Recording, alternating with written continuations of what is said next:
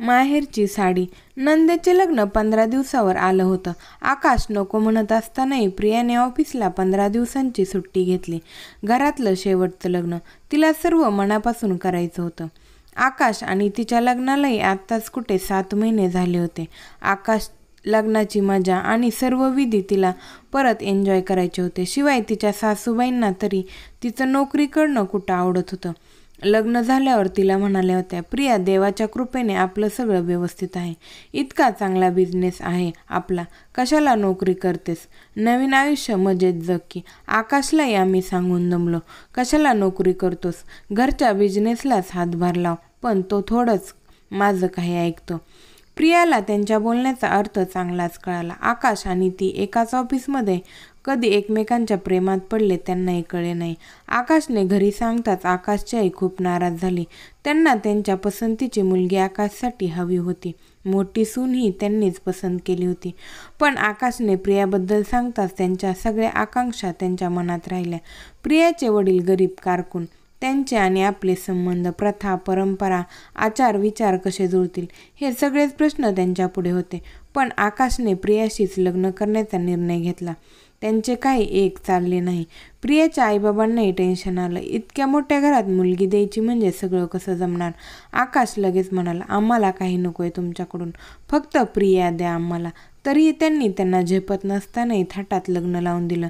देणे घेणे काही नव्हते, तरी त्यांना बराच खर्च झाला. पण मुलीसाठी त्यांनी सर्व केले. प्रिया घरात आल्यापासून सर्वांशी चांगलं वागे, सासू सासऱ्यांचे सर्व मनापासून करे, दीर आणि जावेचा योग्य मान ठेवे. तिची नणंद नेहा ही तर ती चांगलीच मैत्री बनली होती. दोघी एकाच वयाच्या होत्या. छान पटायचं त्यांचं. त्यामुळेच तिचं सर्व करण्यासाठी तिने ऑफिसला सुट्टी घेऊन टाकली. आता लग्नाची गडबड सुरू झाली. खरेदी, साड्या, दागिने, त्यात केळवणाची बोलावणी, एकच धामधूम. मोठ्या जावेच्या घरी केळवण झालं, आता प्रियाच्या घरी केळवण होतं. सासूबाई म्हणाल्या, अगं खूप गडबड आहे सध्या, तुम्हीच जा, मला काही जमणार नाही. प्रियाला कळेना या खरंच म्हणतायत की अजून तिच्यावर नाराज आहेत. इतके महिने लग्नाला झाले तरी त्या अजून तिच्याशी मनमोकळे बोलत नव्हत्या. तीही कामापुरतेच बोले. पण केळवणाला तर त्या आल्याच पाहिजे. एकाच शहरात राहून असं नाही गेलं तर आईबाबांना काय वाटेल? शेवटी आकाशने सांगितल्यावर त्या तयार झाल्या. प्रियाने आधीच फोन केला होता आईला. फक्त सासू सासऱ्यांना आणि नेहाला आहेर कर. तिच्या लग्नात आणि नंतरच्या प्रत्येक पहिल्या सणामुळे खूप खर्च झाला होता त्यांचा. त्यात भावाचे ॲडमिशनही नुकतेच झाले होते, त्यामुळे त्यांना अजून खर्चात पाडायचे नव्हते तिला. केळवण छान झाले. पुरणपोळीचा सुग्रास बेत होता.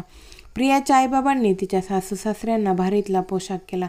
नेहाला चांगल्यापैकी गिफ्ट दिले. सगळे खुश होते. लग्नही खूप छान पार पडले. कशाचीच कमी नव्हती. मोठ्या लोकांचे लग्न ते जणू एखाद्या राजकन्येच्या लग्नासारखा सर्व थाट होता. प्रियाने सर्व मनापासून धावून केलं होतं. दमून गेली होती ती, पण तिला त्याचं काहीच वाटत नव्हतं. दुसऱ्या दिवशी सर्व निवांत झालं. दुपारी सगळे नातेवाईक हॉलमध्ये बसले. आलेले आहेर बघायचे काम सुरू होते. त्यांचे खूपच प्रतिष्ठित घराणे असल्याने खूप मोठे मोठे आहेर आले होते. प्रियाच्या जाऊबाईंच्या घरून तर सगळ्यांनाच भारीतले कपडे, शिवाय त्यांना आणि सासूबाईंना सोन्याचा नेकलेसही आला होता. प्रियाच्या घरून तिच्या सासूबाईंना आलेली साडी सगळ्यांना आवडली. इतक्यात आकाशची आत्या म्हणाली, प्रियाला काय घेतलं तिच्या आईने? सासरकडचं पहिलंच लग्न ना हे. कुठे आहे तुझ्या माहेरची साडी आणि जावायला अंगठी वगैरे असेलच. कुठे लपवून ठेवलंय सगळं, दाखव तरी आम्हाला. प्रियाच्या डोळ्यातून चटकन पाणी आले. त्यांना सगळ्यांसमोर तिच्या माहेरचा उद्धार होणार. आता सगळ्यांसमोर तिच्या माहेरचा उद्धार होणार. ती काही न बोलता तिथे मान खाली घालून उभी होती. तोच तिच्या सासूबाई आल्या. हे बघा पैठणी. प्रियाच्या आईने घेतली तिला. लग्नाच्या गोंधळात प्रिया कुठेतरी ठेवून देईल आणि विसरून जाईल म्हणून माझ्याकडे दिली त्यांनी लग्नाच्या दिवशी. आणि ही आकाशची अंगठी सुंदर आहे ना? प्रियाला तर काही कळेना. आईबाबांना नक्कीच वाटलं असेल मुलगी आणि जावायला सुद्धा आहेर करायला हवा, म्हणून अगदी लग्नाच्या दिवशी त्यांनी हे सर्व आणलं वाटतं. दुसऱ्या दिवशी सगळे पाहुणे गेल्यावर तिने घरी फोन केला. आई, अगं कशाला इतका खर्च केला? कसं जमलंय आकाशच्या आणि माझ्या आहेराचं? तिच्या आईला काही समजेना. अगं आम्ही काहीच आणलं नाही हे. ती सासूबाईंजवळ गेली. आई, खरं सांगा, तुम्ही आणलं नाही हे सगळं? का खोटं बोललात सगळ्यांची आणि माझ्याशी? आमच्या परिस्थितीमुळे तुम्हाला मान खाली घालावी लागू नये म्हणून केलं नाही सगळं. प्रिया, अगं गैरसमज करून घेऊ नकोस.